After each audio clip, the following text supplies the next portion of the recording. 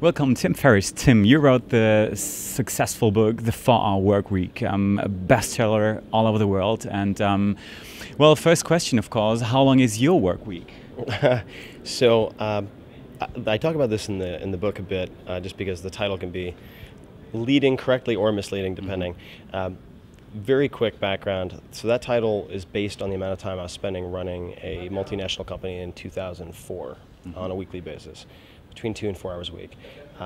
The objective is not to be idle. So I would say if we define work the way it's defined in the book, which is things that are financially driven or things you'd like to do less of, then I absolutely work less than 4 hours a week, even now. In terms of how active I am, I mean, I'm all over the place. I have a lot of energy, so I spend the time doing the things that I want to spend my time on, though.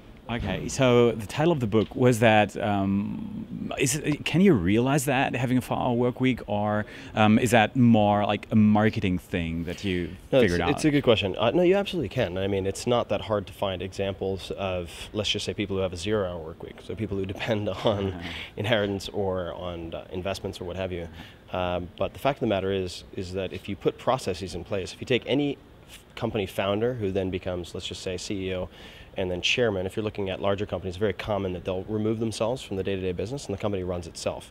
They founded the company, they have equity, they may even receive salary, but they have a 0-hour work week. So if you start thinking about, let's just say hypothetically, of a small business, and rather than working in your business as, let's just say, a salesperson making phone calls, if you start to ask yourself, if you have, let's say, one location, if I wanted to have 1,000 locations, what would the operating manual look like? If you start to put down the processes, then you can extricate yourself. So I'm not going to say it is 1, 2, 3, you're done in 48 hours. But if you start thinking about systems and you start thinking about, even if you're employed at the moment, if you want to, let's say, first remove yourself from the office, which you can negotiate, and there are different ways to create leverage for that, and then you can reduce hours while maintaining the same amount of output for your boss or for the company you work for.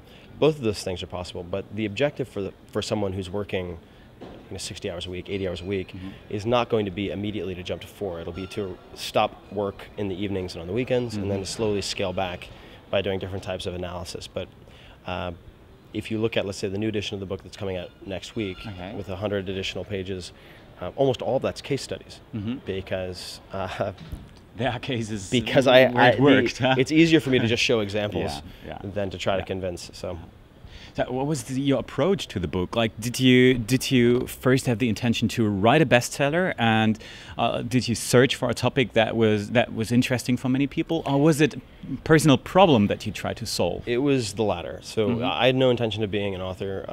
I had my senior thesis in school at Princeton almost killed me. Writing is very hard for me, so I had no intention of being an author. I've been guest lecturing at Princeton twice a year since 2003 or so, and I was teaching my class from Argentina in 2005, probably, and presented this concept of lifestyle design as something that the students should consider as a replacement for retirement-based career planning. And the feedback was really positive, and 1 or 2 students basically said, dude, you should just write a book and be done with it. It was kind of a joke, and the idea stuck. And I couldn't sleep because I have trouble getting to sleep to begin with, and this didn't help. So I put together a proposal and sent it to a friend of mine who's an author, Jack Canfield, very successful author, wrote Chicken Soup for the Soul, 100 million plus copies. And I asked him, Jack, am I full of crap, or should I do something with this? And he said, no, I think you should give it a shot. And that's how it happened. I did not expect it to do what it did. It was turned down by 26 out of 27 publishers. So the success caught me by surprise as much as anyone else. Yeah, but then you try to make the book successful, right? Like, you use a lot of tools and you analyze a lot, like you experimented with the title and stuff. So you really tried to make it a success. Well, I set the conditions. I think that there's a lot to be said for strategic optimism and pessimism, meaning that you should hope for the best, but you should prepare for the worst. So I tried to set the conditions so that it would be possible, but I didn't expect it to happen. All right. And fortunately for me, the dominoes fell the way that they had to. All right. And it turned out well. Well, most people know you as the author of this successful book, but you are also an angel investor. What was first? Were you first the investor, or were you first the author? The interest in angel investing actually came first. So you invested in Twitter and what else? Stumble Upon, Dig, about 12 other companies. All right. So I'm involved with Evernote, which came after using the product. Most of the companies I'm involved with on an advising basis or an investment basis came after I had used their product. Okay. So I first and foremost don't look at deals strictly from a financial standpoint, i.e. if they're a popular deal among A-list angels.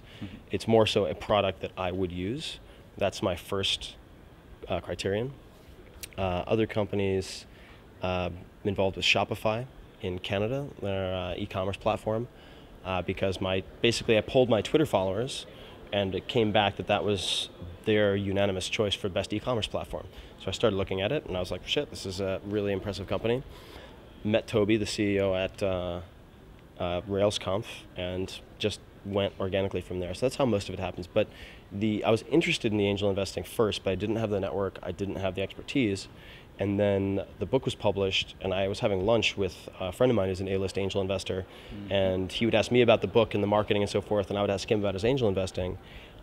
Almost went to Stanford Business School, applied twice, and then just kind of pulled the plug before the application process finished both times, and decided, because a lot of the classes were very theoretical and it just didn't appeal to me, but I decided to set the Tim Ferriss fund for angel investing, which would be 2 years, $120,000, which is the cost of Stanford, and to, even if I lost all the money, to try to learn as much as possible. And so far so good. I mean, no fatalities yet. I think that'll probably change in the next year, given the economic climate, but I've learned so much more from the angel investing I think I ever would have learned from the business school.